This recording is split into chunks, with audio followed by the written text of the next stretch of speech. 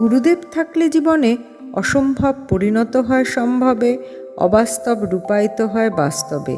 শুনতে হয়তো লাগতে পারে গল্পের মতন, কিন্তু এ হলো গুরুদেব শ্রী শ্রী রবিশঙ্করজির মার্গদর্শন এক নিতান্ত সাধারণ ভক্তকে। আজকের গল্প ঠিকানা লেখার সময়। কথা ছিল ৩রা ডিসেম্বর ২০২৩ গুরুদেবের সামনে গীতাঞ্জলি স্টেডিয়ামে হবে আমার প্রথম গল্পের বই জীবন জুড়ে বিস্ময়ের আনুষ্ঠানিক উন্মোচন অনুষ্ঠান। কিন্তু বিশেষ কিছু কারণে সেটি বাস্তবায়িত করা সম্ভব হয়নি।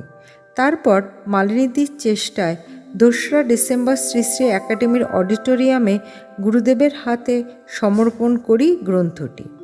৪ঠা ডিসেম্বর থেকেই বইটির চাহিদা লক্ষ্য করি। সেই মতন কয়েকজনকে করি কুরিয়ার, কয়েকজনকে করি স্পিড পোস্ট।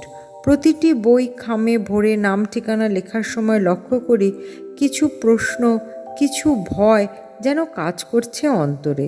মনে হচ্ছে এই সমস্ত একান্ত আলাপচারিতা কি ভাগ করা উচিত? লোকে যদি নজর দেয় কি হবে তাহলে?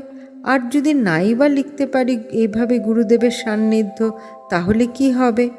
ভাবছি, চিন্তা করছি আর প্যাকিং করছি।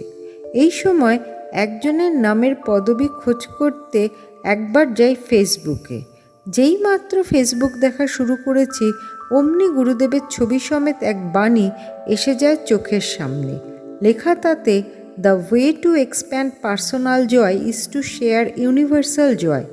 Instead of thinking what about me and what can I gain from this world, think what can I do for the world.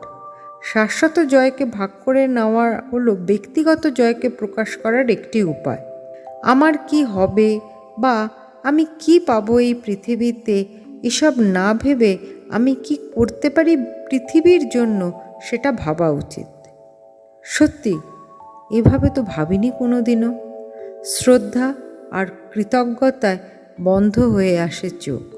জয় গুরুদেব।